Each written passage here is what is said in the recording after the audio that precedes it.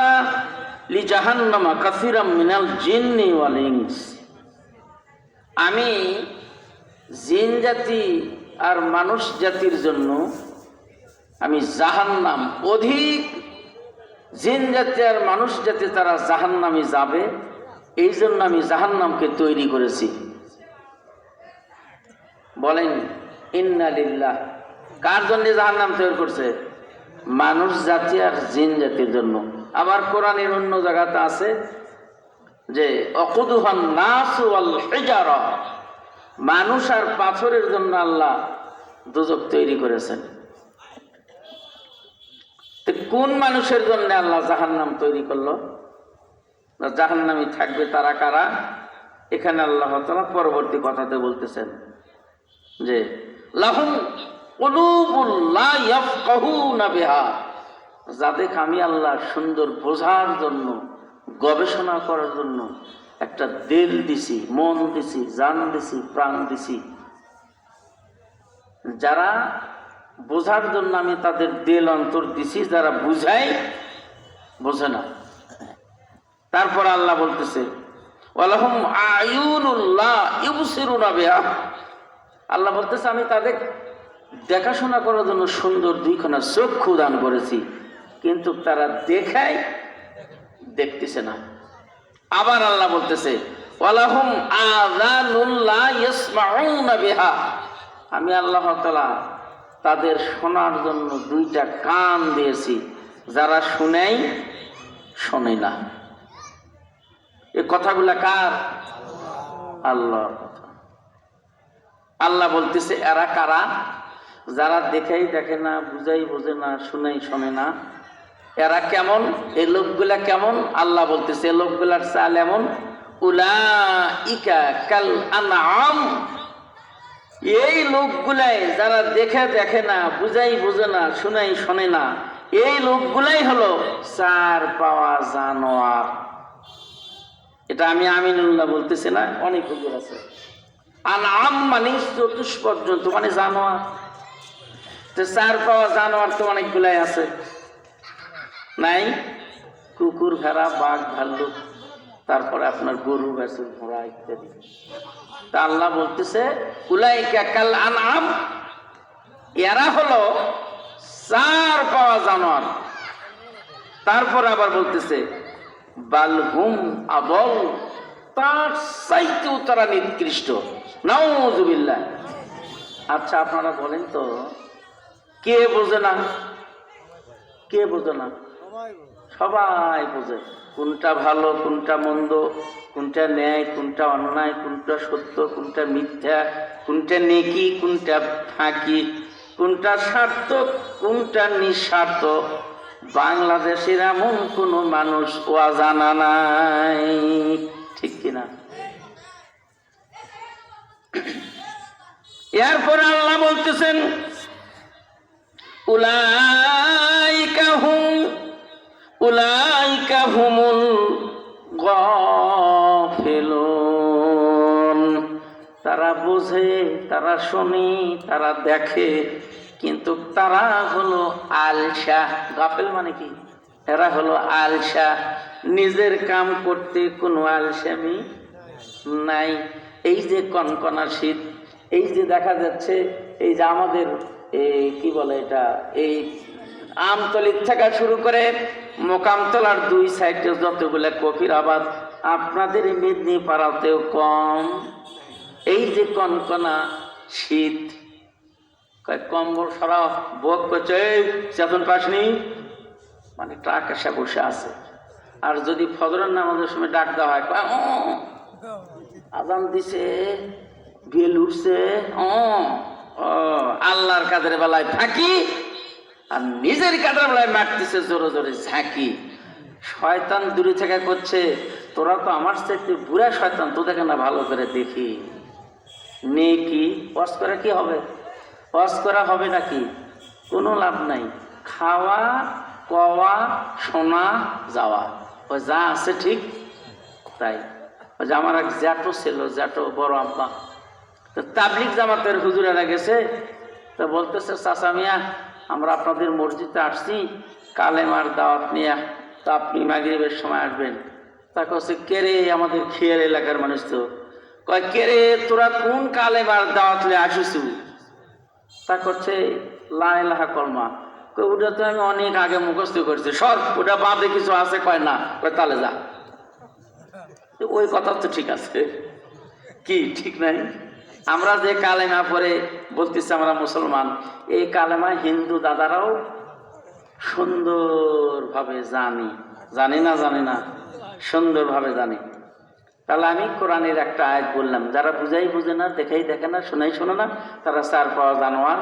এদের সব কিছু হয়ে যাচ্ছে সার খার। এরা বুঝাই বুঝে না, কেমন হবে পরকালে পার। এরা গজবের ফেরেশতার হাতে খাচ্ছে হলো মার। একটা শক্তি আছে যে আমরা শেষ নবীর উম্মত। এরা বলতেছে আমরা শেষ নবীর উম্মত, আমাদের অন্তর আছে খুব হেম্মত। ওদের রাসূল বলছে যে আমি হলো শাফিউল মুজনাবিন, আমি গুনাহগারদের সুপারিশকারী। কিছু পাতে হলে কিছু দিতে। আপনি তো কোনোদিন রাসূলকে দেখেন নাই, আমরাও তো রাসূলকে দেখি নাই, আমার আগেকার দাদারাও দেখে নাই। আমার রাসূল মুলকে আরবের ভিতরে এসেছিলেন ওই 570 খ্রিস্টাব্দে, মুলকে আরবের মধ্যে, আজ থেকে 1500 বছর আগে। আমার দরদি নবী বললেন আল উলামা ওয়ারিসাতুল আম্বিয়া। এরপর রাসূল আরো বলেছেন উলামা উম্মতি কাল আম্বিয়াই বানি ইসরাইল। আমার উম্মতের ভিতরে শেষ জামানাতে এমন কতগুলি আলিমি হক্কানি হবে, তোমরা যদি তাদের চেনো, তোমরা যদি তাদের মানো, তোমরা যদি তাদের পাশে ইবাদত করো, নামাজ আদায় করো, তোমরা জেনে রাখো আমি রাসূলের পিছনে তোমাদের নামাজ আদায় করা হলো। এখন আমি যদি এখানে হাত উঠাইতে বলি, কোন কোন লোকের ছেলে মেয়েরা মাদ্রাসাতে লেখাপড়া করে, কোন কোন কার ছেলে মেয়ে নাতিপুতি মাদ্রাসাতে শিক্ষার জন্য দিয়েছেন, মনে হয় দু একজন ছাড়া কারো হাত উঠবে। কি কথা ঠিক কিনা? আর যদি আমি বলি এই গুজিয়ার হাটে কেজিতে কার সন্তানেরা পড়ে, মনে হয় পুরুষের চাইতে মা জাতির হাতি বেশি হবে। কি কথা ঠিক কিনা? আইরে কেজি, ভালো বাবা, হয়ে যাও রাজি। কিন্তু কথা হলো কি, আমার রাসূল বললেন হাদিস, যে হাদিস আমি আপনাদের সামনে হাদিসটা উপস্থাপন করলাম। আমার রাসূল বললেন কোন আলিমান, হয় তুমি আলিম হও, আও মুতাআল্লিমান, অথবা আলিমের ছাত্র হও, আও মুস্তামিআন, অথবা আলিমের কথা শোনো, আও মুহিব্বিয়ান, অথবা আলিমকে ভালোবাসো। ফালা তাকুন খামসান তুহলিক, তোমরা 5 নম্বরের মধ্যে হয় না, তাহলে তোমরা ধ্বংস হয়ে যাবে। তাহলে আমরা ধ্বংস হচ্ছি না ধ্বংসের দিকে গেছি? কোনটা? আমরা ধ্বংসের দিকে গেছি এবং ধ্বংস হচ্ছি। কি কথা ঠিক কিনা? যখন মানুষ কঠিন বিপদের মধ্যে পড়ে তখন মানুষ আল্লাহ রাসূলের দিকে আগায় যায়। একজন মহিলা মানুষ এইরকম কনকনা শীতের দিন সকালবেলা তার একটা বকরি প্রসব হচ্ছে, একটা বাচ্চা হয়েছে আর বাচ্চা হচ্ছে না, বকরিটা বড় কষ্ট পাচ্ছে, ব্যা ব্যা করে চিল্লাচিল্লি করতেছে। ওই মহিলা এখন আল্লাহকে বলতেছে, আল্লাহ আমার এই বকরিটা যদি সহি সালামতে বাচ্চা প্রসব করে তাহলে আমি একটা উট কুরবানি দেব। কি বুঝলেন? আমার আল্লাহ বেন বোকা নাকি? ওই সাইড দিয়ে একজন হুজুর যাচ্ছে, সে বলতেছে আরে চাচি আপনার বকরির দাম কত আর উটের দাম কত? কয় বুঝোছেন না কেবা, আল্লাহ কয়া খালে না বকরিটা 42। আহারে হাই রে, আল্লাহর সাথে ফাজলামো নাকি? আল্লাহ বলতেছে কোরআন, আল্লাহু ইয়াস্তাহজু বিহিম ওয়া ইয়ামুদ্দুহুম ফি তুগয়ানিহিম ইয়ামাহুন। আল্লাহ কয় রে দুনিয়ার মানুষ, আমিও তোমাদের সঙ্গে ঠাট্টা বিদ্রুপ করি, আল্লাহ তো ঠাট্টা বিদ্রুপ করে না, আমাদের উপরে শারীরিক, মানসিক, দৈহিক, পাশবিক, আর্থিক, সাংসারিক, রাজনৈতিক, পারিবারিক যত প্রকারের বিপদ আপদ আছে সবগুলি আমাদের উপরে আল্লাহ তাআলা দিচ্ছেন একের পর এক ডিটেনশন। যদি কোনো ব্যক্তিকে বলা হয় ভাইজান আপনি কেমন আছেন, খুব একটা ভালো নাই, তবে আছি, তাতে বোঝা গেল খুব একটা ভালোর মধ্যে। বাড়ি দেখা যাচ্ছে পাকা, 3টা ছেলে বিদেশ থাকে, বিশাল তার জমিদারি, 3-4টা মোটর সাইকেল, ছেলে মেয়ে বড় বড় চাকরি করে। বলতেছে আপনি কেমন আছেন, কয় তেমন একটা ভালো নাই। কেন হলো এমন কথা ভাই? যখন আপনার বয়স 90-80 হয়ে যাবে আপনার এই টাকারও আর কোনো দাম নাই। কথা ঠিক কিনা? এই যে আমরা মাদ্রাসাতে চাকরি করি, আমার চাকরির বয়স 38 বছর পার হয়ে যাচ্ছে, আর 3 বছর 3 মাস 4 মাস আছে। যখন এটা 3 বছর পার হয়ে চলে যাবে সরকার বলবে তুমি আমিনুল্লাহ যত ভালো সুপারিনটেন্ডেন্ট হও, তোমার দ্বারা আমি আর কামলা করে নেব না। কথা ঠিক কিনা?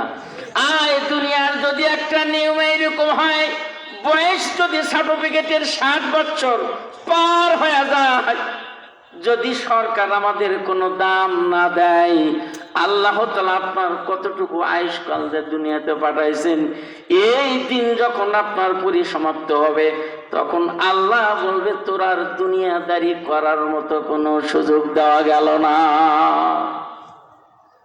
ওই যে গাফেল হয়ে থাকলো আলসামি। কি কথা ঠিক কিনা? বন্ধুগণ আমার, এই যে মাদ্রাসাত মেদিনীপাড়া নাম দিছে মেদিনীপাড়া মুজাদ্দাদিয়া। মুজাদ্দাদিয়া মানে কি? নতুন করে ধর্মের ভিতরে যে সংস্কার করতে পারে, এই ধর্মের ভিতরে যতগুলি কুসংস্কার আছে সবগুলি দূরীভূত করে দিয়ে সুন্নাহ এবং কোরআনের ভিত্তিতে এখানে যে শিক্ষা দেওয়া হয় সেই মাদ্রাসার নাম হলো মুজাদ্দেদ। এখানে মুজাদ্দেদদের হবে। মুজাদ্দেদ কারা? তারা ইসলামের ভিতরে যেইগুলি সংযোজন, সংকোচন, পরিমার্জন, পরিবর্ধন করা দরকার, ইসলামিক আইন শাস্ত্রকে গবেষণা করে মুস্তাহিদ করে যেটা সংযোজন, সংকোচন, পরিমার্জন, পরিবর্ধন করে, এখানে সেই ব্যক্তি তৈরি করে দেওয়া হয়। আল্লাহর কি হুকুম আমি জানি। আপনাদের এই সুপার ভাই আক্তার ভাই বড় ভালো দক্ষ সুপার, এই জন্য মাদ্রাসাটা আপাতত টিকে আছে। যত আছে দাখিলি মাদ্রাসা ছাত্র কম হয়ে গেছে, দুঃখ আর দুর্দশা। সব ছাত্র ছাত্রী চলে গেল কোথায়? ওই কেজি। সবগুলি সেইখানে হয়ে গেছে রাজি। বড় হলে ওই সন্তান ওই মা বাবাকে বলে বুড়ে বুড়িয়ার 1 নম্বরের পাজি, এত পেঁচাল পাইছি এই পাজি, বসে থেকে খাওয়ার পেঁচাল পাড়া। কথা ঠিক কিনা? আর এখানে কোরআন শিক্ষা দেওয়া হয়। রাসূল বললেন কুল আলেমান হয় আলেম হও, না হলে আলেমের ছাত্র হও, না হলে আলেমকে ভালোবাসো। আলেমকে ভালোবাসা তো দূরে থাক, নিজের মা বাবাকে কেউ ভালোবাসতেছে না।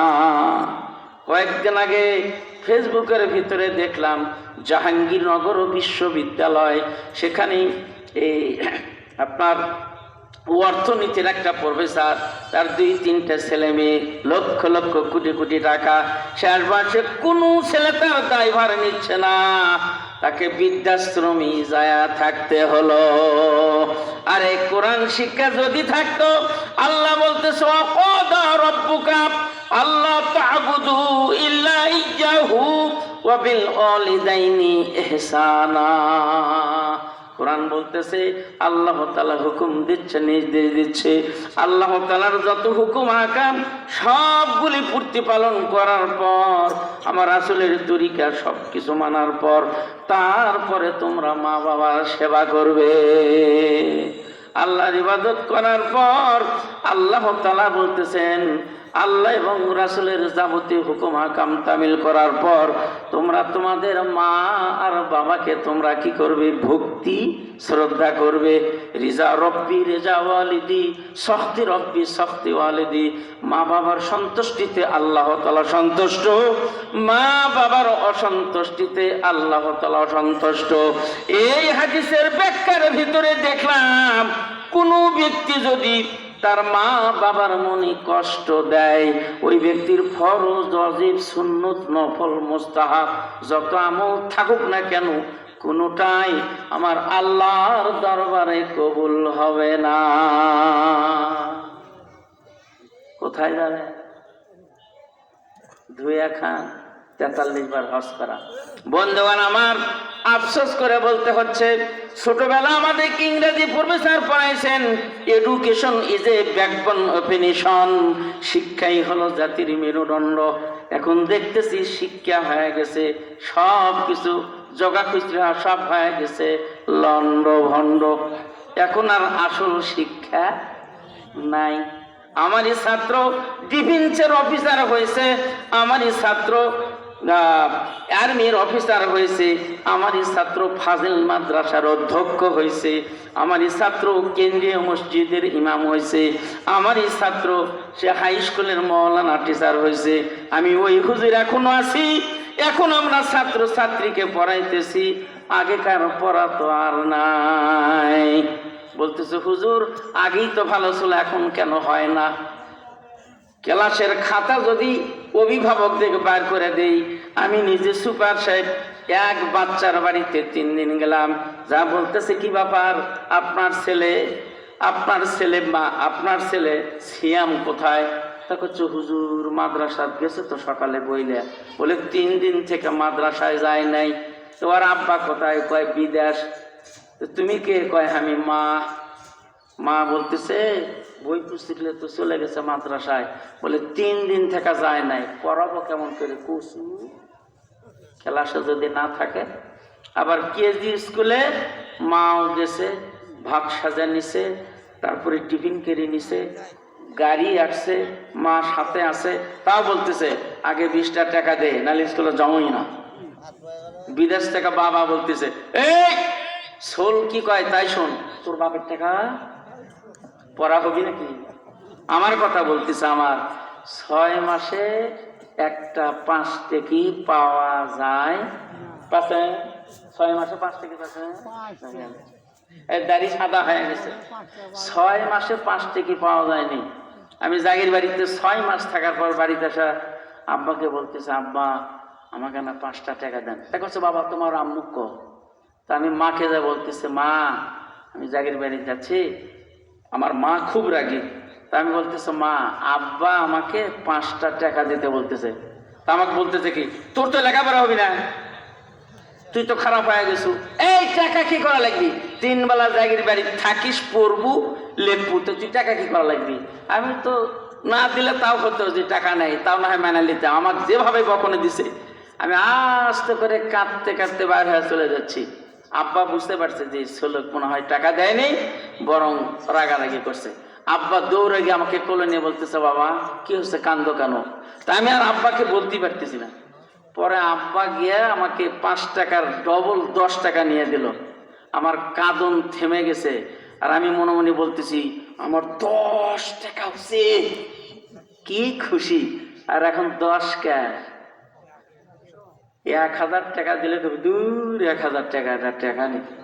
কি কথা ঠিক কিনা? এই যে ছেলেরা এই যে শুরু করে দিছে, মিশা একটা বক্স নিয়ে আসে, প্রত্যেকের বাড়ির থেকে জোর করে 1000 1500 টাকা মায়ের নিকট থেকে আদায় করে নিয়েছে। বক্স বাজাচ্ছে সারা রাত, ঢিপচিং ঢিপচিং ঢিপচিং। কি হোয়াট ইজ দিস? গান নাই, গজল নাই, কিছু নাই, খালি ওই শব্দ কলবতাসা ধাক্কা লাগে। কি কথা ঠিক কিনা? অতএব আপনারা বলতেছেন আমরা চিনি জানি বুঝি মানি, নিজের সন্তানকে আলেম বানান। আলেম যদি বানাতে পারেন, হাদিসের ভিতরে দেখলাম আলেমে হক্কানি যারা আলেমে হক্কানি তারা তার বংশের ভিতর থেকে 14 গোষ্ঠী পর্যন্ত জান্নাতে নিয়ে যাওয়ার ব্যবস্থা করতে পারবে। একজন হাফেজুল কোরআন 10 জন ব্যক্তিকে সুপারিশ করে জান্নাতে নিয়ে যাবে। এমন 10 জন ব্যক্তি যাদের নাম দোজখের খাতায় লেখা হয়ে গেছে। কয়জন হাফেজের বাবা আছে আর কয়জন আলেমের বাবা আছে?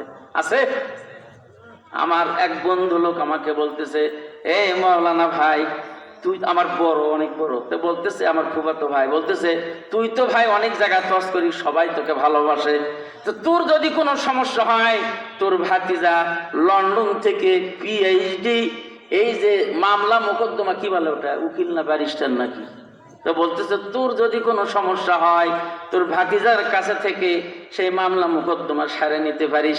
আমি মনে মনে বলতেছি, আমি ওলা 2 নম্বরই নাই, মামলা মোকদ্দমা তো নাই, আমার এই উকিল ব্যারিস্টারের কোনো দরকার। কিন্তু ব্যারিস্টার হতে হবে সেইখানের, উকিল হতে হবে সেইখানের। আছে না আমার মুক্তার, আছে না আমার ব্যারিস্টার, আছে না আমার মুক্তার, আছে না আমার ব্যারিস্টার, সে বিচারের হাইকোর্টেতে তিনি আমায় করবেন পার, আমি পাপী তিনি জামিনদার।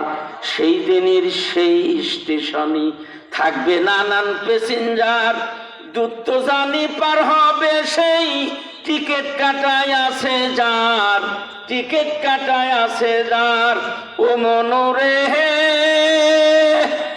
তোমার 2 কান্দে 2 মোহরি, লিখতে আছে ডায়েরি, দলিল দেখে রায় হবে, টাকা পয়সার নাই কারবার, আমি পাপী তিনি জামিনদার। মারহাবা। এটা কিন্তু গান, কিন্তু কাজের গান। এখন এই মুক্তারকে আর আপনার ব্যারিস্টারকে, আপনার যদি বংশের ভিতরে একজন হক্কানি আলেম থাকে, ওই সেই দিন আল্লাহ তাআলার কাছে, আমার রাসূলের কাছে আপনার জন্য ধর্ণা দিতে পারবে। সুবহানাল্লাহ। রাসূল বলতেছেন, কোন আলেমান, হয় তুমি আলেম হও, আও মুতাআল্লিমান, অথবা আলেমের ছাত্র হও, আও মুস্তামিয়ান, অথবা আলেমের কথা শোনো, আও মুহিব্বান, না হলে আলেমকে ভালোবাসো। এই 4টার ভিতরে কিন্তু আমরা কেউ নাই, এই জন্য আমাদের হয়ে যাচ্ছে ধ্বংস। বন্ধুগণ আমার, আমি আপনাদের যে এই কথাটা বলতে যাচ্ছিলাম, এই যে মাদ্রাসার যত আছে মাদ্রাসা সব হয়ে গেছে দুঃখ আর দুর্দশা।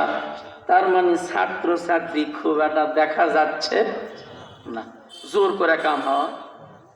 আমার এই মাদ্রাসার ছাত্র, কয়েকদিন গেলাম তার বাসায়, মা বলতেছে বাবা আপনি কে, আর একজন বলতেছে ওয়াজ করে আমিনুল্লাহ হুজুর সুপারিনটেন্ডেন্ট, তা বলতেছে বাবা কি কন, তোলে এই যে এই নামে ছেলে আমার মাদ্রাসার পরীক্ষার্থী কোথায়, তো বলতেছে হুজুর ও তো ঢাকায় গেছে। বলে নম্বর কোথায়, নম্বর খোঁজ নিয়ে ফোন করলাম, ফোন করে বলতেছে এই মাসুম তুমি কোথায়, তো বলতেছে আপনি কি, আমি বলতেছি আমি সুপারিনটেন্ডেন্ট হুজুর। হুজুর আসসালামু আলাইকুম। তো বলতেছে হুজুর কি ব্যাপার, তুমি কোথায়? হুজুর আমি তো ঢাকা, তোমার পড়াশোনা ফাঁকা, তুমি গেছো ঢাকা, এতেই তোমার টাকা কামাই করতেছো, টাকা পরীক্ষা দিবা না? হুজুর পরীক্ষা তো দিব। তা কি হলো, পরীক্ষা যদি দাও ছবি নিয়ে আসো, টাকা নিয়ে আসো, তাড়াতাড়ি করে ফর্ম ফিল আপ করো। তো বলতেছে হুজুর এইবারে কি অটো পাস দিবে? আমাকে বলতেছে হুজুর এবারে কি অটো পাস দিবে? অটো পাস বুঝেন আপনারা? করোনার মধ্যে হয়েছিল। আমি ওর নাম থুছি আটো পাস, অটো লয়, আটো পাস। বিয়ে না হয় যে এরকম বাচ্চা হয় সেই কিছু। এত দূর পড়লাম, ক্লাস 1 থেকে 28 বছর পর্যন্ত ডবল টাইটেল পাস করলাম, বিএ পাস করলাম। এত পরীক্ষা দেয় তাও ভয়, না জানি কি হয়। আর এই পরীক্ষা না দেয় করছে হয় পাস। বিয়ে না করে ছেলের বাপ, বাপ রে বাপ কি পড়া, এরই নাম পড়া? অত সহজ না, বিপদ আছে। এই জন্য তো বলতেছি education is a backbone of a nation, শিক্ষাই জাতির মেরুদণ্ড, সেটা হয়ে গেছে লন্ড ভণ্ড। তবে হ্যাঁ, এইবারের কিতাবের মধ্যে অনেকটা সংযোজন, সংকোচন, পরিমার্জন, পরিবর্ধন করা হয়েছে। বলেন আলহামদুলিল্লাহ। এখন মাদ্রাসা মাদ্রাসার মতনই হয়েছে। আবারও বলেন আলহামদুলিল্লাহ। তো আমি আপনাদের বলতেছিলাম, এখানে কোরআনের শিক্ষা দেওয়া হয়, এখানে গণিতের শিক্ষা দেওয়া হয়, এখানে বিজ্ঞানের শিক্ষা দেওয়া হয়, এখানে সমাজের শিক্ষা দেওয়া হয়, এখানে ভূগোলের শিক্ষা দেওয়া হয়, এখানে ইসলামী ইতিহাসের শিক্ষা দেওয়া হয়, এখানে ইংরেজি শিক্ষা দেওয়া হয়। আপনারা শুনলে আশ্চর্য হবেন, বাংলাদেশের ভিতরে যতগুলি নামকরা বিখ্যাত ভার্সিটি আছে, এই ভার্সিটিগুলিতে 1 থেকে 18 পর্যন্ত যারা অ্যাডমিশনাল টেস্ট পরীক্ষা দিয়ে ভার্সিটিতে পড়ার জন্য ঢুকেছে, 1 থেকে সমস্ত ভার্সিটির ভিতরে 1 থেকে 18 পর্যন্ত রোল নম্বর যারা করেছে সবগুলি মাদ্রাসার ছাত্র। সুবহানাল্লাহ বলেন না? এখন যদি বলে তোমার ছেলে কি পাস, কয় আলেম পাস, কয় কলেজত পড়ে না, কয় না মাদ্রাসা, কয় না ফকিরি, ফকিরানি বিদ্যা, মাদ্রাসাত লেখাপড়া কি করি, কি করে খাবি। আর এক হয়ে উঠেছিল যে মাদ্রাসাতে যারা পড়ে তাদের চাকরিও হবে না। কি কথা ঠিক কিনা? ছাত্রছাত্রী সংগ্রহ করতে গেছি আমরা, বলতেছে মাদ্রাসায় পড়ে বলে চাকরি হয় না। আমি বলতেছি আমরা কি করতেছি, আমরা কোথাকার পড়া। আপনারা শুনলে আশ্চর্য হবেন। আমি আপনাদেরকে একটা প্রশ্ন করি, আমাদের সোনাতলা নাজির আক্তার কলেজের একজন অধ্যাপক ছিলেন, ইংলিশ অধ্যাপক, নাম হলো নাজিম স্যার। খুব ভালো স্যার। এই স্যার ছাত্র ছাত্রীকে ইংলিশের লেখাপড়া করায়। উনি সকালবেলা ফজরের নামাজের পর অন্তত আধা ঘন্টা, 1 ঘন্টা, 1 ঘন্টা পর্যন্ত, যদিও জেনারেল লোক, এই কোরআনের তাফসীর পড়তো। বলেন আলহামদুলিল্লাহ। ক্লাসের ছাত্ররা 7:30টার দিকে আসছে, আশা বলতেছে স্যার আপনি এতক্ষণ নামাজ পড়তে লাগে, আপনি কি করেন? তো বলতেছে নামাজের পর আমি একটু কোরআনের তাফসীর দেখি। আজকে এমন একটা ঘটনা দেখলাম, হুজুরের স্যারের চোখের ভিতরে পানি এখনো আছে। এমন একটা ঘটনা পড়ে আসছে ছাত্রদের কাছে, ছাত্ররা টিউশনি করার জন্য আসছে। বলতেছে স্যার 11 দিন 12 দিন মাস আপনি এত দেরি করেন কেন? একটা ছাত্রী বলতেছে স্যার আপনি এত কোরআন কোরআন করেন কেন? কোরআন পড়ে কি হবে? কোরআন পড়ে কয় টাকা আপনি পাবেন, তাই কোরআন পড়েন। আর আমাদের ইংরেজি পড়ান আপনার 1000 টাকা হবে। তো তখন স্যার বলতেছে বেয়াদব মেয়ে। তো তখন বলছে স্যার ভুল হয়ে গেছে। তো বলতেছে আমার 3টা প্রশ্নের জবাব দাও। বলো তো বর্তমানে বাংলাদেশে সবচাইতে বেশি টাকা কার? টাকা কার বেশি? তা বলতেছে শেখ হাসিনা প্রধানমন্ত্রীর। করছে না। তো কে? আবার করছে উকিলের। কয় না, প্রশ্নের উত্তর সঠিক হয় না। আবার বলতেছে বলো তো সবচাইতে বেশি সালাম পায় কে? তা বলতেছে যারা হলো শ্বশুর। বেটা বেটির বিয়ে হচ্ছে, এখন জামাইরা তো সালাম দেবে। কি কথা ঠিক কিনা? তা বলছে যারা শ্বশুর হচ্ছে তারা বেশি সালাম পায়। করছে উত্তর সঠিক হয়নি। শেষে বলতেছে বলো দেখি এই পৃথিবীর ভিতরে, বাংলাদেশের ভিতরে, বিশেষ করে বাংলাদেশের ভিতরে সব চাইতে ভালো খায় কে? তখন বলতেছে আমাদের গ্রামের একজন ঠিকাদার আছে, ওই ব্যক্তি খুব খায়। পায় তাও হলো না। শেষে বলল যারা হলো মৌলানা তাদের সব চাইতে টাকা বেশি, তারা সালামও পায় বেশি, তারা খায়ও বেশি। কি কথা ঠিক কিনা? আর এরা বলতেছে মাদ্রাসাত পড়ে তার ভাত পাবে না। এই যে এখানে এই যে আমার আক্তার ভাই আপনাদের সুপারিনটেন্ডেন্টের সঙ্গে খাই আসলাম, ওই যে আয়ার বাসাতে 9-10 প্রকারের আইটেম দিয়ে খাওয়ালো। আমি বলতেছি আমি ওদের আগে খাই না, জোর করেই খাওয়ালো। আজকে আমার কথা বলতে একটু অসুবিধাই হচ্ছে। তাহলে 9 প্রকারের আইটেম দিয়ে খাওয়ালো ডেলি রাত্রে। আমি খাবো না, ওরা ছাড়বে না। ভাত খাওয়ার আর তারপরে সম্মান সালাম কে বেশি পায়? হুজুরেরাই। আমি যখন বাড়ির থেকে বাহির হই মোটরসাইকেল নিয়ে, বোরকার ভিতর থেকে আমাকে সালাম দেয়, চিনি যেটা আমিনুল্লাহ হুজুর। কি কথা ঠিক কিনা? আমি দেখতেছি তারা ইশারাতেই ওই বোরকার ভিতর থেকেই সালাম দিচ্ছে। সুবহানাল্লাহ। তাহলে সালাম বেশি পায় হুজুরেরা, বেশি খায় এই হুজুরেরা, বেশি টাকা বেশি কার? হুজুরেরা। তাই বলে সুদের ব্যবসা করেনি। আমি না হয় ছোট হুজুর, এমন হুজুর আছে 1 ঘন্টা ওয়াজ করে 50, 60, 70 হাজার টাকা নেয়। কি কথা ঠিক কিনা? যদি আপনি বলেন টাকা অতগুলা দেওয়া যাবে না, বলছে ভাই মাপ চাই, অন্য হুজুর খোঁজেন। বলে না, আপনাকে যেতে হবে। তো বলে টাকা 80,000 দেওয়াই লাগবে, জোর করে টাকা দেয়, তাহলে আসে। কি কথা ঠিক কিনা? ও কি সুদের কারবার করছে নাকি? তবে হ্যাঁ, ডাইরেক্ট চুক্তি করা মনে হয় সঠিক হচ্ছে না। চুক্তি করাটা ঠিক হচ্ছে না। না, যদি তাদের নিয়ত যায় আমি ব্যবসা করব, তাহলে কুল্লু বাতিল। নিয়ত আমাদের সঠিক হতে হবে বন্ধুগণ। সেই কথাটাই বলতেছিলাম। আপনি যদি মাদ্রাসাতে আপনার সন্তানকে লেখাপড়া করান, এখান থেকে দাখিল পাশ করে তারপরে আপনি ভার্সিটিতে দেন, তারপরে আপনি কি বলে আপনার যত সেক্টর আছে, যে কোনো সেক্টরেতে আপনি ভর্তি করে দিতে পারবেন, কোনো সমস্যা নাই। আপনার ছেলে মাওলানা হবে, আপনার ছেলে নামাজি হবে। মাদ্রাসাতে লেখাপড়া করার পর যতই সে অ্যাকাউন্টিং নিয়ে পড়ুক না কেন, তারপরে আপনার কি বলে কেমিস্ট্রি, ফিজিক্স, বায়োলজি নিয়ে পড়ুক না কেন, সর্বপ্রথম মাদ্রাসাতে শিক্ষা করার জন্য ওই ছেলে কখনো জীবনে দাঁড়িয়ে থাকা প্যান্টের হুক খুলে দিয়ে, কখনো দাঁড়িয়ে থাকা প্রসাব করতে পারে না। কথা ঠিক কিনা? আর যদি আপনি ছোট থেকেই যদি ওই দিকে দেন, তাহলে তার চাল চরিত্র, কৃষ্টি, কালচার কখনো ঠিক হবে না। আমাদের ভাগ্য কত দুর্বিহ সহজ জীবন হয়েছিল। ইসলাম শিক্ষা বইয়ের নাম ইসলাম আর ছিল না, ওখানে লেখা ছিল নৈতিক শিক্ষা।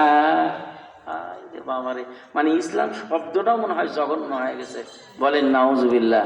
তো সেই কথাটাই বলতেছিলাম, ইসলাম অত সহজে আসে নাই।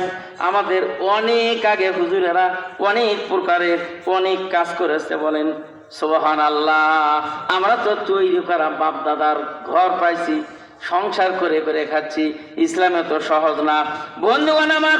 এই কোরআনের ভিতরে 6,666 খানা আয়াতে কারিমা আছে। এই 6,666 কারিমার ভিতরে বহু জাতের কথা আছে। মাত্র 500 আয়াতে কারিমা শরীয়তের, 1900 আয়াতে কারিমা হলো তরিকতের, 2100 আয়াতে কারিমা হলো হকিকতের, আর 2166 আয়াতে কারিমা হলো মারেফাতের। সবগুলি মিলা হলো 6,666 খানা। বলেন সুবহানাল্লাহ। আমাদের একজন বিখ্যাত মনীষী ছিলেন ইমাম গাজালি রহমাতুল্লাহ আলাই, আর একজন ছিলেন জনায়েদ বাগদাদি রহমাতুল্লাহ আলাই। উনি একজন বিখ্যাত মুহাদ্দিস, মুফাসসির, মুফতি, বিখ্যাত একজন আল্লাহওয়ালা ব্যক্তি ছিলেন। নাম হলো জনায়েদ বাগদাদি রহমাতুল্লাহ আলাই। ইরাক দেশে তার বাড়ি। উনি একদিন রাস্তা দিয়ে হেঁটে হেঁটে চলে যাচ্ছিলেন। হঠাৎ করে একজন খ্রিস্টান পাদ্রী, খ্রিস্টান ধর্মযাজক ওই হুজুরকে সালাম দিয়ে বলতেছেন, হুজুর আপনার হাতে এটা কি দেখা যায়? বলে এটা হলো দিস ইজ দ্য হোলি কোরআন, এটা মহাগ্রন্থ পবিত্র আল কোরআন। এটা বলতেছে এটা আগেকার কোরআন, এখনকার কোরআন। তখন হুজুর তো রাগ হয়ে গেছে, এই তুমি হলো খ্রিস্টান মানুষ, আমাদের ধর্মীয় গ্রন্থ কোরআন সম্বন্ধে তোমার কি ধারণা আছে? কোরআনের আগে আর পরে কি হতে পারে? তা বলতেছে, হ্যাঁ হুজুর, যদি এটা আগেকার কোরআন হয় তাহলে আমি আপনার কাছে কয়টা প্রশ্ন রাখতে চাই। তা বলছে 4টা প্রশ্ন। কেন? তুমি 1000 প্রশ্ন করো, আমি কোরআনের আলোকে তোমার প্রশ্নের জবাব দেব। বলেন আলহামদুলিল্লাহ। তা বলতেছে এটা যদি আগেকার কোরআন হয়, এখন যত মুসলমান দেখতেছি কোরআন পড়ে, কিন্তু কোরআন মোতাবেক তারা কখনো জীবন গড়তেছে না, পরে কিন্তু কাম হচ্ছে না। কি কথা ঠিক কিনা? ওই যে বললাম, শোনাই শোনে না, বুঝাই বোঝে না, দেখাই দেখে না, এরা হয়ে গেছে 4 পাওয়া জানোয়ার। এরপরে উনি বলতেছেন, হুজুর আপনাদের কোরআন হাদিসের ইসলামী ধর্মের শাস্ত্রের মধ্যে আছে বেহেশতের ভিতরে যখন লোকজন যাবে, একটা গাছ সমস্ত বেহেশতবাসীকে খাদ্য দেবে, আর কোন লোকের সেখানে প্রয়োজন হবে না।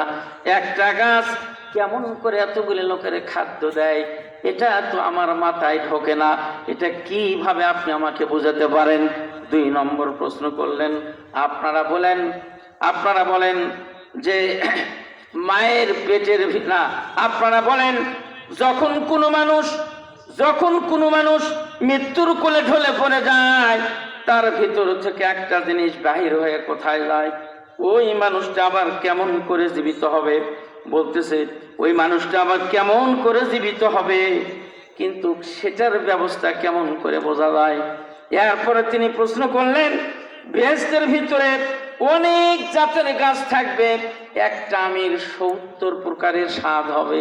তো বলতেছে এই যত খাবে তত তৃপ্তি হবে, যত খাবে তত তৃপ্তি হবে, কেউ কোনোদিন বলবে না আর আমি এটা বারবার খাবো না।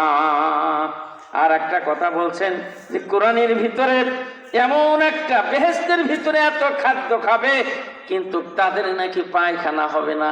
এটা একটা আজগুবি কথা, যদি খায় তাহলে অবশ্যই তাকে পায়খানা করতে হবে।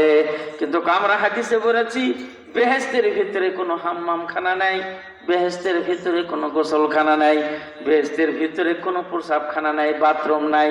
যত খাবে একটা গায়ের ভিতরে খাম আসবে, আর আলহামদুলিল্লাহ বলার সাথে সাথে সব কিছু তার ঠিক হয়ে যাবে। বলেন আলহামদুলিল্লাহ। বলতেছে এই কথাগুলি কেমন ভাবে সম্ভব?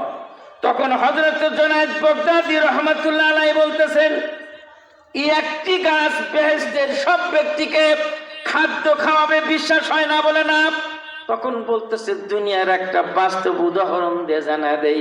বলতেছে রে খ্রিস্টান ব্যক্তি, তুমি তো খ্রিস্টান ধর্মের একজন বড় জাননেওয়ালা, আকাশের দিকে তাকাও। আকাশের দিকে তাকাচ্ছে, বলে এটা কি? বলে সূর্য। সূর্য কয়টা? বলে একটা সূর্য এই সারা সৌর জগৎকে কি করতেছে? আলো দিচ্ছে। একটা সূর্য হয় যদি সমস্ত দেশের ভিতরে পৃথিবীর সব জায়গাতে সমানভাবে আলো দিতে পারে, একটা গাছ কেন একটা গাছ হয়ে সমস্ত বেহেশতবাসীর খাদ্য যোগাতে পারবে না কেন? তো বলতেছে কথা তো ঠিক, একটা সূর্য সবগুলোকে ঠিক মতোই আলো দেয়, কারোর কাছে কোনো কম বাড়া হয় না। এরপরে বলতেছে বেহেশতের একটা খাদ্য খাবে, খাতেই থাকবে, কখনো বিতৃষ্ণা আসবে না। এটার কারণ কি? তখন বলতেছে দুনিয়ার যদি কোনো মানুষের রচয়িত কোনো গান হয়, কোনো গজল হয়, কোনো কিছু হয়, 1 বার 2 বার 3 বার 4 বার শ্রবণ করে, এরপরে বলবে বারবার এটা মনে শুনতে চাচ্ছেন, এটা বাদ দাও। কিন্তু যদি তাদের সামনে মহাগ্রন্থ পবিত্র কোরআন তেলাওয়াত করা হয়, কোনদিন কেউই বলবে না এই কোরআনের আওয়াজ আর আমার শুনতে মন চাচ্ছে না। তার মানে কোরআন যত পড়বে তত তাদের অন্তরের ময়লা কেটে যাবে। বলেন সুবহানাল্লাহ। তখন ওই খ্রিস্টান পাদ্রী আর কোনো জবাব দিতে পারলেন না। এরপরে শেষে বললেন এই দুটা তো ভালো বুঝলাম, কিন্তু মায়ের পেটের ভিতরে খাদ্য বলতেছে বেহেশতের ভিতরে খাদ্য খাবে, খাদ্য খাবার পর পায়খানা প্রস্রাব হবে না, এটা তো কোনো দুনিয়ার কোনো উদাহরণ হয় না। তখন বলতেছে তুমি যখন পৃথিবীতে এসেছিলে তার আগে কোথায় ছিলে? ওই খ্রিস্টান পাদ্রী বলতেছে আমরা সবাই তো মায়ের উদরেই ছিলাম। বলতেছে মায়ের উদরে যখন তুমি ছিলে তখন খায়া ছিলে না না খায়া ছিলে? বলছে না, 10 মাস 10 দিন পর্যন্ত মায়ের উদরে আমরা ছিলাম, কিন্তু খায়াই ছিলাম, না খায়া কখনো ছিলাম না। বলতেছে রে খ্রিস্টান পাদ্রী তুমি কি বোঝো?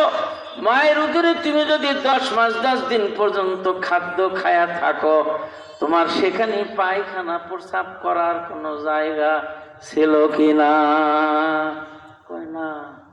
যদি মায়ের পেটের ভিতরে তুমি 10 মাস পর্যন্ত খায়া থাকো, সেখানে পায়খানা প্রস্রাবের কোনো ব্যবস্থা ছিল না, তাহলে বেহেশতের ভিতরে ওইভাবেই শুধু খাবে, কিন্তু তাদের পায়খানা প্রস্রাবের গোসলের কোনো প্রয়োজন থাকবে না। তখন বললেন আমি এতগুলা প্রশ্ন করলাম, সব প্রশ্নের জবাব তো তোমাকে দিয়ে দিলাম। রে খ্রিস্টান পাদ্রী, তুমি তো অনেক কিছুই জানো, তাহলে আমার একটা প্রশ্নের উত্তর দিতে হবে। তো বলছে হ্যাঁ, আমি আপনাকে কয়েকটা প্রশ্ন করলাম, আর আপনি মাত্র একটা প্রশ্ন করবেন, বলেন দেখি। তখন বলেছে, আমাদের যে বেহেশত আল্লাহ তৈরি করে রাখছেন, বেহেশতের 8খানা দরজা আছে, বেহেশতে আবওয়াবুল জান্নাতি সামানিয়া, এই বেহেশতের 8খানা দরজা আছে। এই বেহেশতের 8খানা দরজার মধ্যে এমন একটা জিনিস লেখা আছে, তুমি তো খ্রিস্টান পাদ্রী, কি লেখা আছে বেহেশতের দরজায় দরজায়, তুমি একটু দয়া করে বলো। তখন খ্রিস্টান পাদ্রী আরও কথাবার্তা বলে না। তখন তার সঙ্গে ছিল তার একজন সাথী, সে বলতেছে, উনি 3টা প্রশ্নের জবাব দিল আর আপনি একটা প্রশ্নের জবাব দিতে পারলেন না, কিছু বুঝলাম না, তাহলে আমি আপনার সঙ্গে কেমন করে থাকি? তখন বলতেছে, বেহেশতের দরজাতে যেই জিনিস লেখা আছে ওটা যদি আমি বলি তাহলে তো আমি এখনই মুসলমানের ভিতরে দীক্ষিত হয়ে যাব।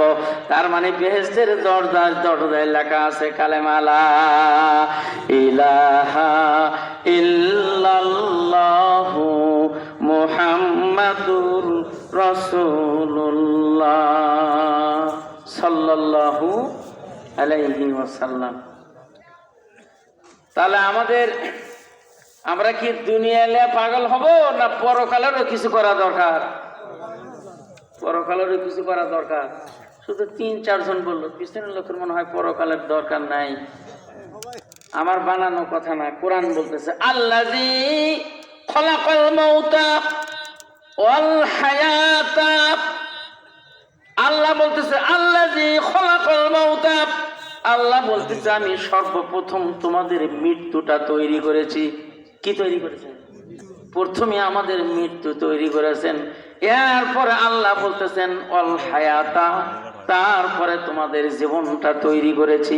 এটার তাফসিরের ভিতরে পড়ে দেখলাম মৌতের কথা কেন আগে লেখা হলো।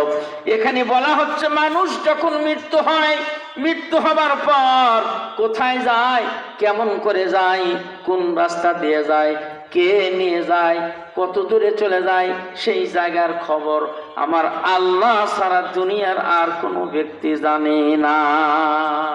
কি কথা ঠিক কিনা? মানুষ যদি মৃত্যু হয়ে যায়, কোথায় যায়, কেমন করে যায়, কত দূর যায়, কিভাবে যায়, কেমন জায়গাতে যায়, ওই ব্যক্তির সঙ্গে আমাদের আর কোনো যোগাযোগ থাকে না। তবে একটা যোগাযোগ থাকে, মৃত্যু ব্যক্তি যদি দয়া করে আমাদের সঙ্গে যোগাযোগ করে তাহলে আমাদের যোগাযোগ হয়। আমরা জীবিত মানুষ যতই প্রকারের যোগাযোগ করতে চাই না কেন, আল্লাহর কসম তার সঙ্গে আমাদের কোনো যোগাযোগ করা সম্ভব না। এই পৃথিবীর যে কোনো দেশে 205খানা দেশ আছে, এই 205খানা দেশের ভিতরে যেই জায়গাটা আপনার ছেলে মেয়ে বন্ধু বান্ধব থাকুক না কেন, মোবাইলের ভিতরে সার্চ দিলে সঙ্গে সঙ্গেই তাকে দেখা যায়। কিন্তু মানুষ মৃত্যু হয়ে গেলে তার সঙ্গে আর কোনো যোগাযোগ করা সম্ভব হয় না। কথা ঠিক কিনা? এখন যেই ব্যক্তি মারা গেল, ওই ব্যক্তি যদি দয়া করে, আমরা ঘুম আসলে চেতন থাকতে না, আমরা যখন ঘুম আসি, এই ঘুম আসার পর আমাদের ভিতরে একটা জিনিস আছে যার নাম হলো জীবাত্মা, আর একটা আছে পরমাত্মা, সেটা আমাদের শুয়ে রাখে এই পৃথিবীর বিভিন্ন জায়গাতে ঘোরাঘুরি করে, বিচরণ করে না করে না? যারা বিদেশে গেছে শুয়ে আছে, স্বপ্নে দেখতেছে আমি সিঙ্গাপুর গেছি, স্বপ্নে দেখতেছে হাজী সাহেব আমি মক্কার ঘরে তোয়াফ করতেছি, হাজী সাহেব স্বপ্নে দেখতেছে আমি মদিনার রাসূলের রওজার পাশে দাঁড়িয়ে আছি। আর যারা বিদেশে যায়, কেউ বলতেছে সৌদিতে গেছি, কেউ বলতেছে আমি গত রাতে স্বপ্নে মালয়েশিয়াতে গেছি। আসলে কিন্তু চেতন পায়া দেখে কোনো জায়গাতে যায় নাই। কথা ঠিক কিনা?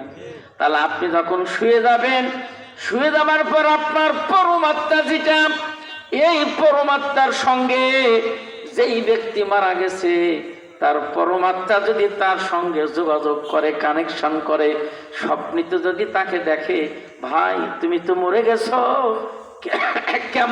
কেমন আছো, তোমার কবরের হাল হকিকত কি, তোমার ছেলে মেয়ে কেমন আছে, তুমি কেমন আছো? যদি বলে ভাই আমি তো মৃত্যু হয়ে গেছি সত্য কথা, তবে আমি কোনো ভালোর মধ্যে নাই, আমি কবরের ভিতরে যেই জায়গাতে আছি বড় কষ্টের মধ্যে আছি, আমার ছেলে মেয়েকে এখন বলো দয়া করে তারা যেন আমাদের জন্য একটু দোয়া খায়রের ব্যবস্থা করে। ঘুম থেকে হঠাৎ করে চেতন পাই, চেতন পায় বলতেছেন কি ব্যাপার? আজকে আমি স্বপ্নেতে বড় আব্বাকে দেখলাম, আজ 3 মাস হয়ে গেল মৃত্যুবরণ করছে, আজকে হঠাৎ করে আমার সঙ্গে স্বপ্নে দেখা। দৌড় দিয়ে চলে গেছে বড় আম্মার কাছে। বড় আম্মা বলতেছে, বড় আম্মাকে বলতেছে, বড় আম্মা বড় আব্বা আমাকে আজকে স্বপ্নেতে দেখালো, সে খুব মৃত্যুর পরে খুব একটা ভালো পরিবেশে নাই, একটু দয়া করে দোয়া খায়রের অনুষ্ঠানের আয়োজন করতে বলছে। তখন তার মা বড় আম্মা 2 জন হুজুরকে 3 জন হুজুরকে ডেকে ডেকে এই কোরআন খতমের ব্যবস্থা করে, 1 খতম মিলাদ করে, তারপরে মা বাবার জন্য দোয়া বক্সায় দেয়। এ ধার করা দোয়া কবুল হইতেও পারে নাও পারে, এ ধার করা দোয়া কবুল হইতেও পারে নাও পারে। আমরা হাদিসে বললাম মুস্তাজাবুদ দাওয়াতু সালাসাতুন, 3 ব্যক্তির দোয়া নিঃসন্দেহে কবুল হয়। এই 3 ব্যক্তির ভিতরে হলো, একটা হলো আপনার নিজস্ব সন্তান। পরিবারের ভিতরে যদি কেউ হক্কানি আলিম হয়, হাফিজুল কোরআন হয়, সে যদি দোয়া করে রব্বির হামহুমা কামা রব্বায়ানি সগীরা, যদি এই দোয়া কবরের পাশে দাঁড়িয়ে থাকা করে আর তার চোখ দিয়ে যদি পানি বাহির হয়, ওই পানি গড়িয়ে গড়িয়ে আস্তে আস্তে যদি নাকের ডগার নিকটে আসে, তিরমিজি শরীফের হাদিসের মধ্যে পড়লাম, তারে পানি গড়ে গড়ে নাকের ডগার নিকটে আসার পূর্ব মুহূর্তে ওই সন্তানের দোয়া আল্লাহ ফার্স্ট ক্লাস দরবারে কবুল করে নেয়। এরপর অন্য আর একটা হাদিসের মধ্যে পড়লাম, কোন শিকারী যদি বন্দুকের ভিতরে টোটা রেডি করে নেয়, এটা যদি শিকারকে তাক করে মারে, এই গুলি যত ঘোড়া, এই ঘোড়া টিপার সঙ্গে সঙ্গেই যত দ্রুত গতিতে যা ওই পাখিটিকে লাগবে, তার চাইতে দ্রুত গতিতে আমার আল্লাহ তাআলা ওই সন্তানের চোখের পানি দেখে তার দোয়াখানা আল্লাহর খাস দরবারে কবুল করে নেয়। আল্লাহ কোরআনে বলেছেন উদুনি আস্তাজিব লাকুম, তোমরা আমার কাছে দোয়া করো আমি তোমাদের দোয়া কবুল করে নেব। বলেন আলহামদুলিল্লাহ। ওই ধার করে কামলা নিয়ে দোয়ার অনুষ্ঠান খুব একটা ভালো হয় না। এই যে আমাদের এক হুজুর আছে, এই রুহুল আমিন ভাই, চিনেন না? আরে এই যে কি, আরে নন্দীগ্রাম রুহুল আমিন যুক্তিবাদী সাহেব, ওনার সঙ্গে তো অনেক জায়গাতে ওয়াজ করি, প্রায় আমার সময় আমাকে এখন বলতেছে আমিনুল্লাহ ভাই ওয়াজ তো ভালোই করলে, কয় টাকা দিছে? আমি এই তো কাম শেষ। তা আমি করছে ভাই আমি তো আপনার মতো অত বড় হুজুর তো নয়। তা করছে দূর বাংলাদেশের লোক টাকা দিবি, কাম হলে কবজি মাতুল বলে কি হয় আল্লাহ। তো এখন আমাকে বলতেছে, আমার সাক্ষাতে বলল যে ভাই আপনাদের সাথে যেটা চুক্তি হয়েছে আমার টাকাটা আগে দেন তো, আর টাকা যদি না দেন তাহলে কাম ভালো হবি না। আমি করছি আল্লাহ রে। তা বলতেছে টাকা দিবেন বুক ফুলে লস করবো, আর যদি না দেন আমার মনের ভিতরে শুধু ওটাই হবি, কমই দেয় কি দেয় না কি ফাঁকি দেয়, মনের মধ্যে খাই দিয়ে ওটাই ঠেলাঠেলি করবি। ভাই ওয়াজ ভালো হবে না, আমার টাকা আগে বুঝে দেন। তা আপনি টাকা দিয়ে ওয়াজ করে নেবেন কা? আপনার বাড়ি তো আর শিখাতে পারেন না, কি কথা ঠিক কিনা? আমরা 5 ভাই, আমার আব্বা তো মওলানা। তো আব্বাকে আমি একদিন বলছিলাম যে আব্বা আমরা 5 ভাই, আমাকে একটু হাই স্কুলে দিলে তো হলো না, আমি সাইজলে পড়লামই নি। আব্বা বলতেছে সাইজ করি। আমি আল্লাহ রে, খালি কথা বলছে যে আমার হাই স্কুলে এক ভাই হাই স্কুলে পড়ালে তো হলো। ওরে বাবা রে, খেপা ভূত হয়ে গেছে। এখন আমি বুঝতেছি যে ওই কথা কেন বলছে, কেন বলছে। এখনো যখন আমি ওয়াজ করতে যাই, আমার মা বাবার কবরের পাশে দাঁড়িয়ে ওয়াজ করি, আর মনে হচ্ছিল আমার দরদি আব্বা। দেখতে দেখতে 42 বছর পার হয়ে গেল, বাংলাদেশের অনেক জায়গা ঘুরে ঘুরে দেখতেছি, আব্বা আপনার মতো এত সুন্দর মানুষ আর জীবনে কোথাও চোখে বলল না। ওগো আমার দরদে মা, আমার যদি পড়া না হতো, তুমি অত্যন্ত মন খারাপ করে আমাকে ভাত দিতে না, রাগ করে থালি কারিয়ে নিতে, পড়া আগে শেষ কর তারপরে খাওয়া। মা, তোমার এই জোর জবরদস্তির কারণে আমি আজ বাংলাদেশের অনেক জায়গাতে মানুষের সালাম পাচ্ছে, মানুষ আমার জন্য দোয়া করে। মা, আজকে আর তুমি কোথায়? তোমার ছেলে অনেক জায়গাতে মানুষের দোয়া নিয়ে আওয়াজ করতেছে। আর যদি আমার বাবা আমার সামনে থাকতো, আমার বাবা দুই চোখের পানি ফেলে কাঁদাকাটি করতো, সুবহানাল্লাহ। এটা আনন্দের কান্না করত, এটা কখনো দুঃখের কান্না করত না। আল্লাহ কোরআনে বলেছে, ফালিয়াদহাকু কলিলা ওয়া ইয়াবকু কাসীর। রে দুনিয়ার মানুষ, তোমরা কম কম করে হাসো আর বেশি বেশি করে কান্দো। কাঁদলে আল্লাহ খুশি হয়, কাঁদলে দিল নরম হয়, কাঁদলে গুনাহ খাতা মাফ হয়, কাঁদলে আল্লাহর রহমত পাওয়া যায়। কাঁদলে 18,000 মখলুকাতের মধ্যে যত সৃষ্টিকুল আছে সবাই আল্লাহর ওই বান্দার জন্য দোয়া করে এবং দয়া করে। বলেন আলহামদুলিল্লাহ। চিঠি দিছে, সময় শেষ।